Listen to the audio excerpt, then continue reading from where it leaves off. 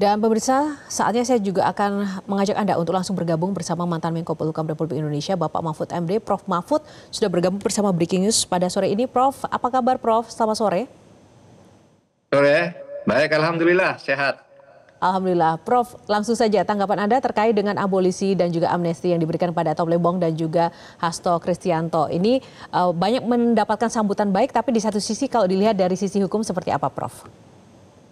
Oke, secara hukum tidak ada masalah karena konstitusi memang memberikan hak dan wewenang kepada presiden untuk memberi gerasi, amnesti, abolisi, dan rehabilitasi. Itu adalah semacam kebijakan khusus bagi presiden untuk memberikan perubahan akibat dari sebuah proses peradilan. Kalau gerasi dan rehabilitasi itu diberikan sesudah vonis berkekuatan hukum tetap. Sedangkan kalau amnesti itu diberikan seharusnya sebelum sidang peradilan. Itu arti dasarnya ya. Kalau abolisi diberikan ketika proses hukum sedang berjalan lalu dihentikan sesuai dengan hak dan wewenang presiden. Nah, oleh sebab itu enggak apa-apa. Bagi saya untuk batas tertentu langkah presiden ini bagus. Karena apa? Karena mafia peradilan itu bisa digunting atau ketidakadilan proses hukum itu bisa digunting secara sangat strategis, yaitu proses pengadilannya. Orang boleh bermain-main, mempolitisasi pada tingkat misalnya di aparat penegak hukum sebelum hakim, bisa menyuap jaksa, menyuap polisi, kong kali kong antara jaksa, polisi, dan hakim. Kemudian ketika itu terjadi, presiden mengambil langkah, beri abolisi kalau masih dalam proses, kemudian diamnesti kalau itu belum diproses gitu. Itu teorinya. Tapi Yohana, di Indonesia itu teori bahwa amnesti harus diberikan sebelum proses peradilan, pengampunan sebelum proses peradilan, dan abolisi harus dilakukan saat proses berjalan tapi belum vonis. Itu sekarang teori di Indonesia itu tidak pernah berlaku sejak era reformasi. Pak Habibie dulu tiba-tiba melakukan langkah yang baik, memberi amnesti kepada orang yang sudah sedang dipenjara. Seharusnya amnesti itu sebelum diadili. Tapi waktu itu Anda ingat Muchtar Papahan, Bintang Pamungkas, kalau tidak salah di bulan Mei itu ada 12 orang itu langsung diberi amnesti. Kemudian juga Pak Jokowi juga pernah memberi amnesti di zaman saya. Ada Baik Nuril, kemudian ada Saiful Mahdi dan sebagainya. Itu diberi amnesti. Tapi kalau yang abolisi, saya mencari-cari sejak era reformasi ini secara spesifik saya tidak pernah melihat. Jadi Tom Lembong ini nampaknya satu orang yang secara spesifik diberi abolisi oleh presiden. Nah, itu yang ingin saya tanyakan Prof. Mahfud. Kenapa Tom Lembong abolisi dan Hasto Kristianto amnesti? Nah, itulah yang sampai sekarang kita tunggu. Bagaimana bunyi keputusan presiden tentang amnesti dan abolisi ini. Karena menurut saya pengertian umumnya amnesti biasanya kan kolektif. Seperti yang diberikan kepada Pak Hasto ini kan kolektif bersama 1.116 orang. Pak Hasto salah satu diantaranya. Yaitu orang-orang yang semuanya itu sudah divonis. Tetapi yang 1.115-nya itu nampaknya ya orang-orang yang vonisnya sudah berkekuatan hukum tetap. Misalnya mungkin banyak sekali narapidana yang itu karena terjebak dalam narkoba gitu ya, terpaksa dihukum. Dan itu banyak sekali gitu. Dan Pak Hasto satu diantaranya yang dari 1.116 orang itu yang mungkin bermacam-macam tindak pidananya. Nah, kalau abolisi yang Pak Hasto itu, yang Pak Lembong, memang Seharusnya kan ketika proses berjalan sebelum divonis dihentikan. Tapi ini diartikan oleh presiden yang sekarang ini baik amnesti maupun abolisi yang sekarang dikeluarkan diartikan bahwa ini diberikan kepada orang yang terlibat kasus pidana tetapi putusannya belum inkrah.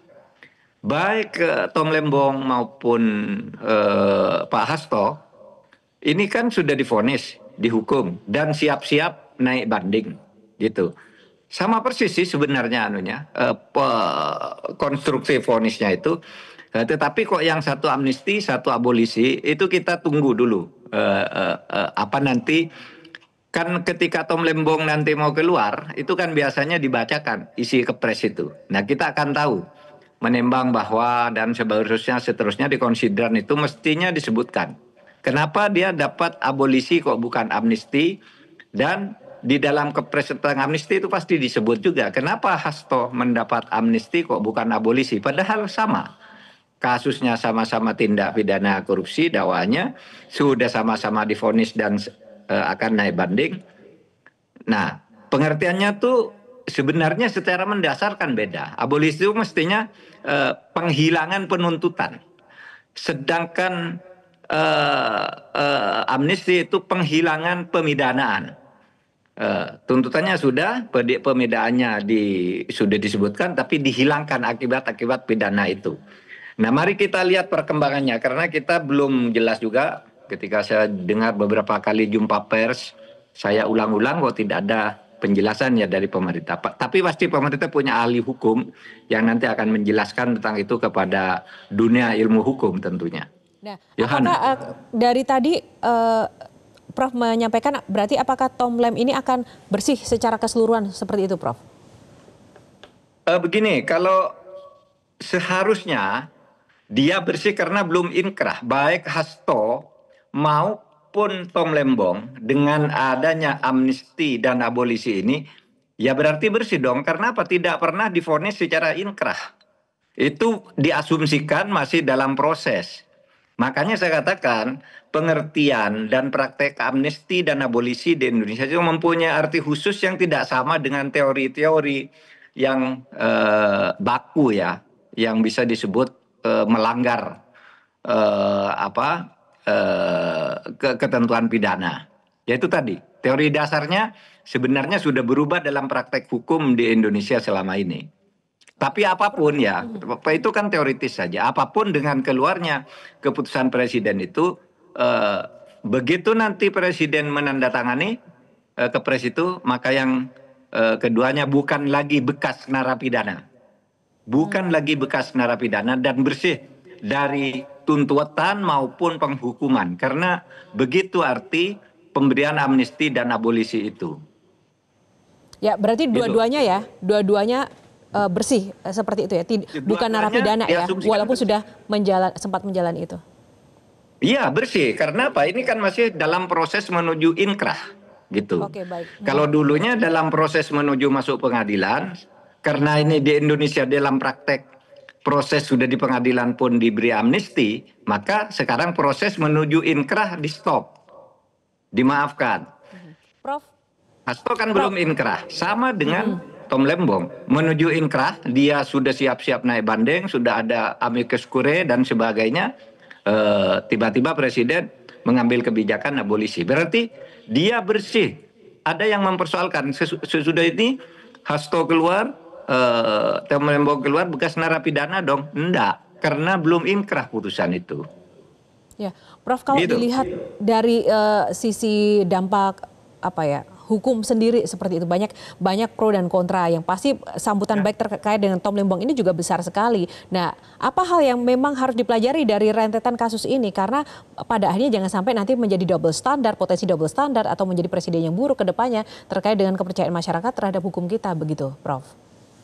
Ya, bisa itu menjadi presiden buruk. Saya mendengar juga pendapat-pendapat masyarakat sekarang. Loh, nanti dong semuanya minta amnesti, nanti semuanya minta abolisi kepada presiden.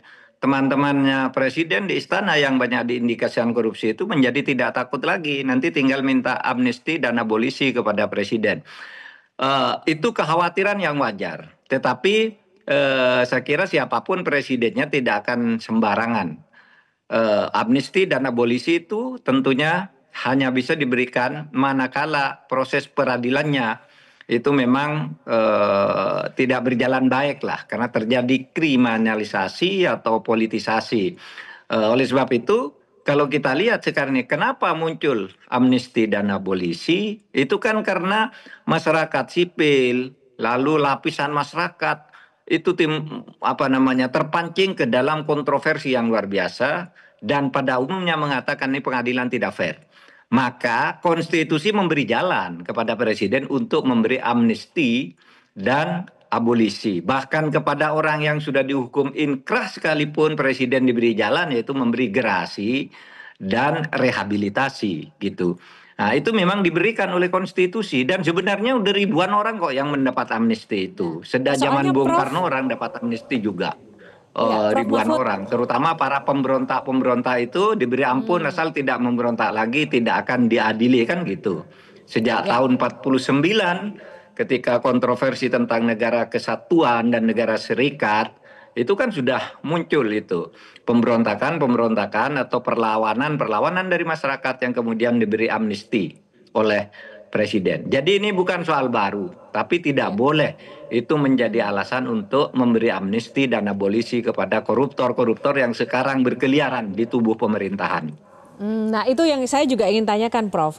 Pihak istana juga sudah menyampaikan bahwa alasannya memang kan untuk keutuhan bangsa dan juga kondusivitas situasi bangsa yang saat ini sedang menghadapi tantangan begitu. Nah kaitannya di sini adalah case-nya kan tipikor tindak pidana korupsi yang sebenarnya tipikor ini termasuk dalam kejahatan luar biasa juga. Nah ini apa menurut Anda ada kesesuaian dan relevansi tidak ini antara tujuan baik dan juga kasus yang sebenarnya ini kan termasuk kejahatan luar biasa yang memang harus diampuni begitu?